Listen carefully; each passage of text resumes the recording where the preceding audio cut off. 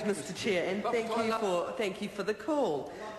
Talofa malo le sefua. It's great to rise to speak on two issues really. First on the local boards, but also to follow on from my colleague Ross Robertson on the relationship between those boards and our local business associations. And what I want to say at the start of this is, and I just note too that I'm here with a significant number of my Auckland colleagues, and we've had up to a quarter of our caucus here at any given point in this debate. And I'd also like to acknowledge Mr Bakshi across the House, and I hope he will be rising as an Auckland MP to speak as well. Now, in terms of the powers of the local boards and how they relate to other organisations, I'd just like to use this as an illustration of a missed opportunity, and that was something I was commenting on last night. There was an opportunity with this whole process to actually identify a way forward for Auckland, because we all agreed there needed to be change, that people could buy into, and that we would have consensus, or as much consensus as you could get, around the structure of the new Auckland.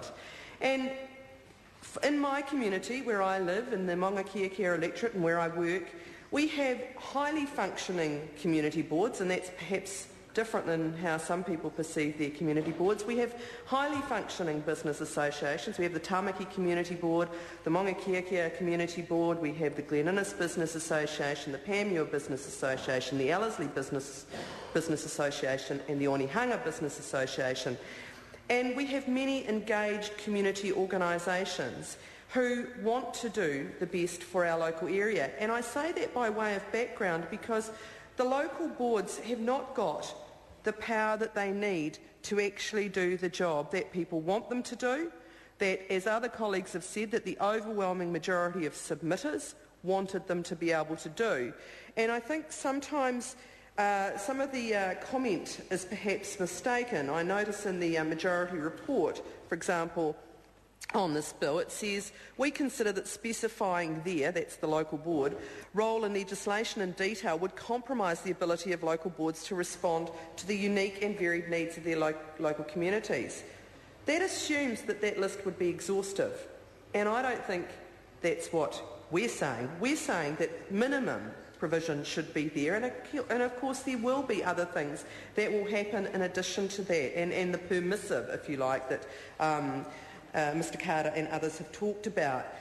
So, and I think also there's been a bit of flawed logic with those who've said, well, it's more than the community boards currently have, so therefore it's sufficient, because you could look at it the other way around and say it's less than the existing councils have.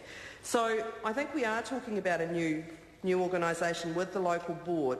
Now, there's been a lot said throughout this whole process over the last year about we are listening, but there was big promises around the local boards, and the stakes, I'm sure, for the government are high, and there's a lot of people, as others have noted, that are listening. And this is one of the areas where there hasn't been the delivery on we are listening, because people wanted clear powers for the local boards.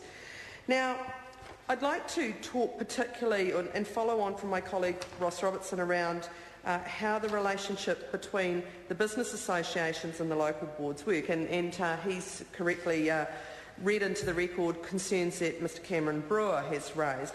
There are others raising concerns, and certainly the Onehunga Business Association has raised some issues about how this works. Now, they're raising issues about, in comparison to how they currently work, very successfully, as I've said, and what the wording on the list of possible things that our local boards will be doing, will work. And I just really want to say that I think it's illustrative of the missed opportunity I talked about at the start and a rushed time frame, because it has caused this non-regulatory functions listed and their relationship with business association has caused significant reaction from those business associations. And it does reflect that problem of the need to get some clarity about roles and the relationship between those business associations and local boards. And I wonder if it's because of the rush to add things to that list, to be seen to actually giving a list of powers to the local board in response to the concern that they weren't going to have any power. But I wonder too if this is reflective of a broader failure, and one of the things that I'm concerned about, and I listened to a lot in the Select Committee on the times I was there, was the need to... Mr Chair. Chairman. Mr Chair. The Honourable John Carter.